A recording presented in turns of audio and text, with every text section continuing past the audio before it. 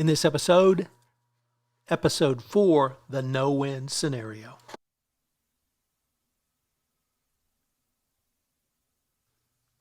So Megan, if episode 3 was one big Easter egg, how do you improve on that? You have episode 4. With puns. I would say start with what you love the most, but I loved it all. So let's just say everything. I agree. It was all great. Personal favorite to Resigoo. That was, I think, both an excellent bit of wordplay and a real warming up of Shaw, which I appreciated. I guess, my favorite part of this episode is that we get to know more about Shaw, why he is the way he is, and he's not such a bad guy after all. And there is one other thing. I wrote this down. I should have said this very, very first thing. Tom, you called it. You called it so big. I think it was in the last season we were discussing about Wolf 359 being at the center of absolutely everything. So you've been proven right. My hat is off to you. Well done. And it was absolutely, and we got such further explanation of why that one event, all Star Trek hinges on it. And it's not simply they figured out a way to defeat the Borg. It is everyone who was involved in that battle, and probably everyone who was alive, was traumatized by it in some way. And the backstory of Shaw, and how he survived that, and the lifeboat that someone put him on as randomly as chance could have, he probably thinks every day is a great day to be alive. And we learned that there were 11,000 deaths at Wolf 359 of the Federation. And we've touched on from time to time the impact that had on Sisko because he lost his wife at Wolf 359. And frankly, he never forgave Captain Picard for that. But the way Shaw described it, not only was Shaw traumatized because of his incredible survivor's guilt, but he blames Picard for it. And so it made me think, how many others in the Federation blame Picard for that? And Question. How did that, Picard was the leader of the reaching out to the Romulans. And not that they didn't destroy the Romulans, but he tried to help them after they had been destroyed. And it made me think, was that him trying to make up for what he had done? Or we've always said what was done to him at Wolf 359. But Shaw said, no, it's what you did to us when you were Locutus of Borg. And I'm not sure hate's the right word, but there was an insidiousness in Shaw's remarks that really drove home to me what a traumatic event that was, not only for the survivors, probably for the Federation. And it was just an incredibly powerful scene in the bar. And perhaps we should set this whole scene up. It happens at Tinford in a holodeck, and there are students, or cadets rather, who are fawning over Picard, and Shaw's there, and Shaw said, well, there's another side to him too. And we'll get to the rest of that scene a little bit. But that, I can't tell you how significant that was for me. And it's put a whole new light on not only Star Trek going forward, and characters like Shaw going forward, but even Picard after he went to the Federation and became an admiral. So yeah, it was really significant for me. Yeah, I agree. A big moment for me was what Shaw said right after he kind of had it out, and he finally, and it did have the sense of, this is something he's been waiting to say for so long. But then, to everyone, all the crew members who were in the bar around them, and he's like, my apologies, asshole became a substitute for charm at some point. And that just, it gave me it showed such an interesting self-awareness that he has. Like, he knows how he's being perceived, and he either doesn't care or can't do anything about it. I think whatever, thinking about things he's done, it's interesting because he's so plainly putting the blame on one person instead of these bigger concepts. And, rightly or wrongly, kind of the awareness he's got of how he behaves contrasted with where he's putting blame, I thought was really fascinating as a character. But I found he's tremendously humanized in this episode. I like him a lot more. Yeah, I think deep down he hides it, but I think he might be a really good guy. You've said that several times. You believe. I believe. I think if he had been, on the Enterprise instead of in a random cruiser, he'd have been a great member of the team. So do you want to take up the other part of this bar scene now, or do you want to hold that to later? Oh, let's just jump into it. Let's talk about the elephant in the room. Okay. Well, I'll set it up, then I'll let you run with it. Turns out Jack is there. Mm-hmm. And one of the cadets asks Picard, you've sacrificed a lot for what you've achieved. You miss not having a family. And he says, the Star Trek, or rather the Federation is my family. And Jack is at the bar and hears that. And that, for Jack, was a seminal moment of his never wanting to see, meet, or hear the name Jean-Luc Picard. And I thought about that scene a lot because it is incredibly powerful. The pain you see in Jack's face is so palpable. It's fabulous acting, and I can't emphasize enough how fabulous it was in a nonverbal way. But at that point, was that unfair to lay that on Picard because he doesn't know who Jack is, and he doesn't know he has a son, and he doesn't know what he has missed. Mm-hmm. It frankly reminded me of lots of relationships I've had where one person thought they communicated something, and the other person, i.e. Tom, never heard it. Whether because, I'm deaf, whether it's because I didn't want to hear it, whether because I'm a boy and can't hear it, I don't know. But that lack of communication, I thought a lot about that, and was that fair? And it probably was not fair for Picard, but equally right was how Jack felt. Mm-hmm. So that they both could be right, and the consequences were catastrophic for both of them, even though they were both right, and neither one was wrong. So, but I just can't overemphasize the power. And that scene was, 30 seconds? Yeah, I 60 saw it seconds. a little bit differently. I thought it was interesting how they spread out kind of those moments throughout the episode, too. So you've got the very opening at the beginning, and it's 5 years in the past, and you've got Picard kind of gamely showing off for the students, maybe enjoying the attention a little bit. And then at the end, you find out there's random strange boy in a hoodie at the back asking that final question: do you want the family? And hearing from the person he plainly knows to be his father that no, there was no place for you in my life. My life's great without you in it. There's nothing missing for me at all. And I think also remembering at the time, Jack would have been 15, 16. It's not the peak of emotional maturity, right? So it's going to be hard to have empathy for that from a person who you would hope, felt that there was a space you could potentially fill in their life.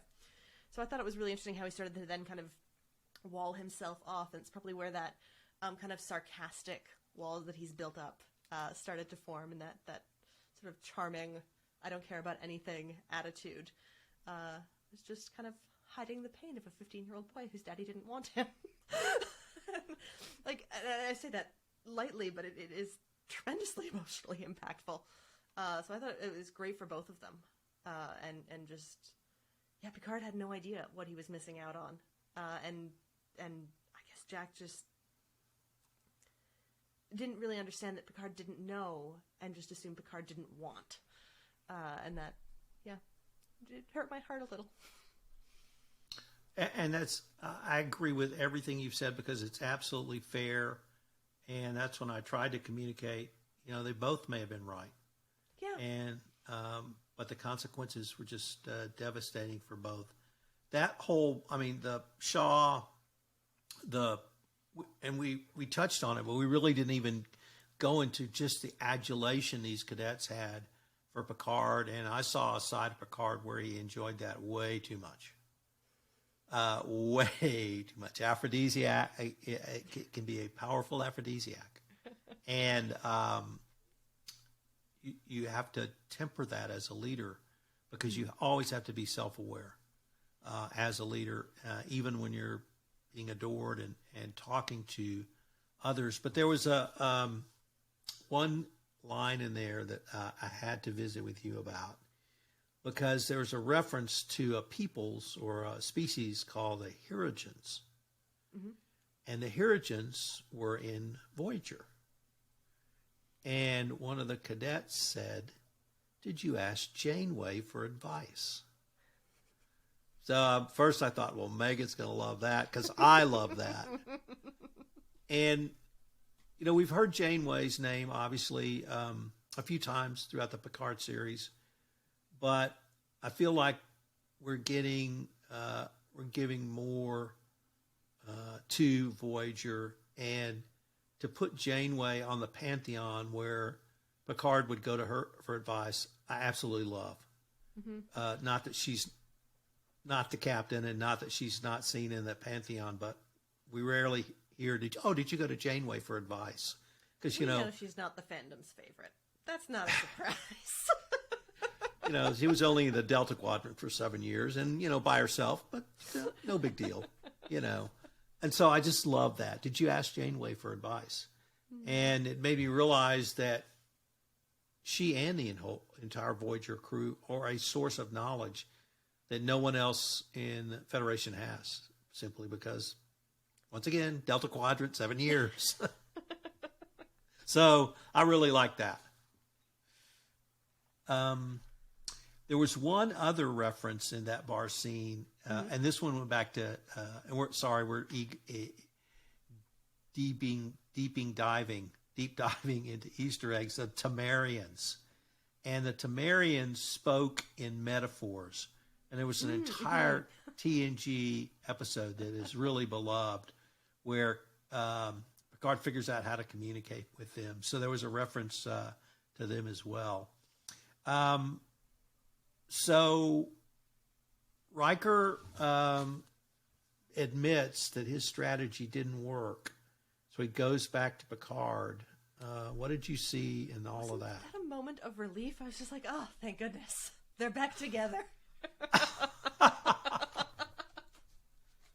I was not ready for that drama to be extended.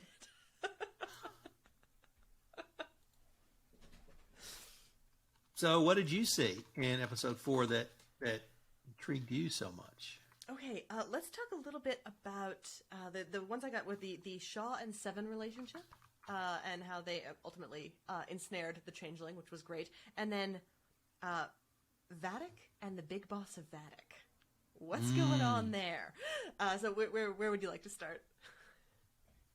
Well, let's go back to Shaw and Seven, because you're right. That was a huge sort of evolution of those characters. Mm-hmm. And I now agree with you. Shaw is evolving. And he had his moment. You know, he got to say the thing he's probably been imagining saying for decades. Right. And he got to say it now. It's out of his system. And he's hurt. And his team is in trouble. His ship is in peril. And then Picard calls him a dipshit from Chicago. And now he's talking the same language. And they can be friends and get along.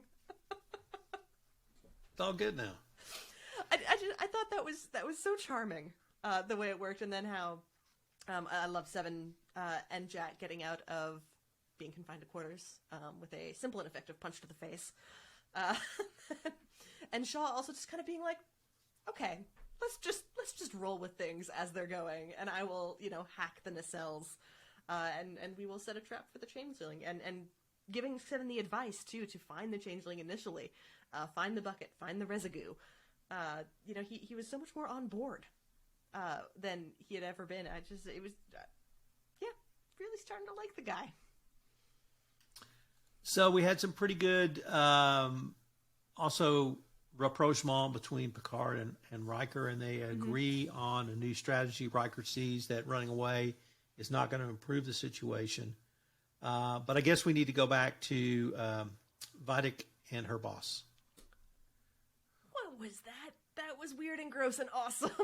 So the boss was, I guess, summoned into a meeting by Vatic cutting off her hand and it becoming a horrifying floating face, providing instructions that absolutely has to be obeyed. At I can only assume the cost of one's very existence. So if a new big bad is being introduced, seems like a really good one. And I'm very excited to learn more. So I've studied military history a lot, and Defend to the Last Man is something that is a well-known trope from Texas. So, of course, the Alamo is our seminal event happening 180 years ago that we still talk about as if it was yesterday. 300 Spartans, whatever it may be. I had not fully appreciated the military discipline that Vatic was under. I had thought this was sort of a pirate ship. Well, because she was so cackling and deliciously evil, but no, very much under orders. It was a very interesting reveal. And that I was somewhat disconcerted when I thought at that point she was going to have to sacrifice herself, her crew, and her ship to get whatever they were trying to get, which we think or thought was Jack. Maybe it's something different. So that was a really interesting scene as well. It makes me think there's a big punishment for failure coming. I think it's not going to be pretty. Failure is not an option. The name of this episode is the no-win scenario. Mm-hmm. And, of course, that refers to Kobayashi Maru. So, right out of the bat, you're going to have a great episode when it's named that. So I thought that was great. I talked about that callback when they were kind of finally defeating Vatic's ship by hurling an asteroid at them, exactly as a ship had been hurled at them earlier. That was satisfying. That was Riker's back. So there were lots of tiny little Easter eggs in this. In the scene in 10 Forward, for instance, there was a model of the Enterprise. Mm-hmm. There was a picture of Guinan and Picard. There was a uniform of an Andorian. So those are always cool to see. Mm-hmm. There was, as you said, discussion of the changeling bucket. So what to look for. I thought that was a great... There was a little picture of Odo when he was demonstrating the bucket, too. It was yes. Odo and his bucket. Odo and his bucket. But the one, I have to say, I'm going to always think the Shaw scene was the most powerful for me in this episode about Wolf 359. But 1B was at the end when the new life forms appeared. Oh. And they sort of looked like jellyfish. But I went to Farpoint Station. Mm-hmm. And that was the first episode of TNG. They were still, they're getting their feet wet on that entire series. And many people think, including me, it didn't work as well as it could have. But not the creation of a life form, but seeing the creation of a new life form brought awe and wonder in a way that it did now, 35 years ago? To people like me, and that's what we saw in this scene. And I just was mesmerized by the new life forms coming out of the nebula.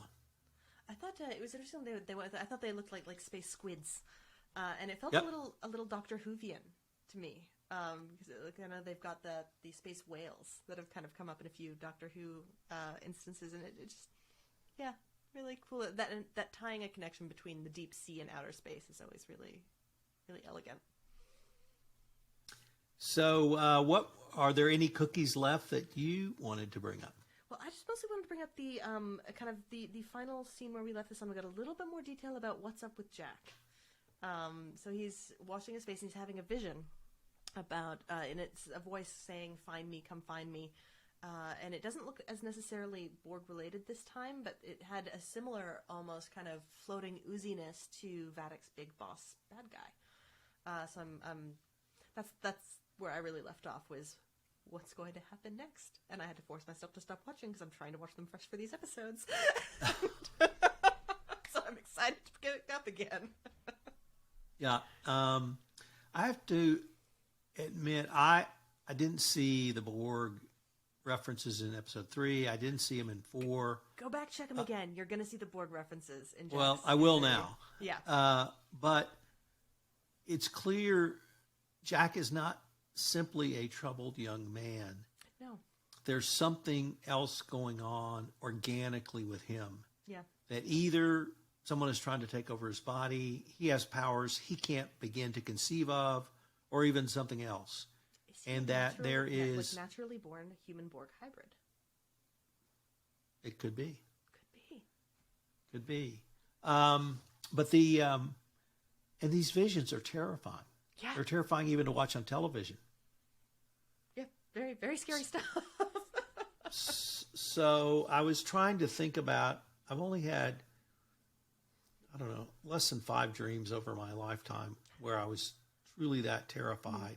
Whether I was, I'm like being burned to death or, falling down a bottomless pit or something like that. But it really was at that level of terror that I felt like he was feeling. And sometimes when you think you're losing your mind, you know it. Yeah. And that's a very scary thing. I think that's an excellent ending note. Well, on that note, I'm Tom Fox. And I'm Megan Dougherty. See you next time. This is Tom Fox again. I hope you've enjoyed this episode of Picard Season 3, where we looked at Episode 4, the no-win scenario. I hope you'll subscribe, rate, and review to our podcast wherever great podcasts are listened to.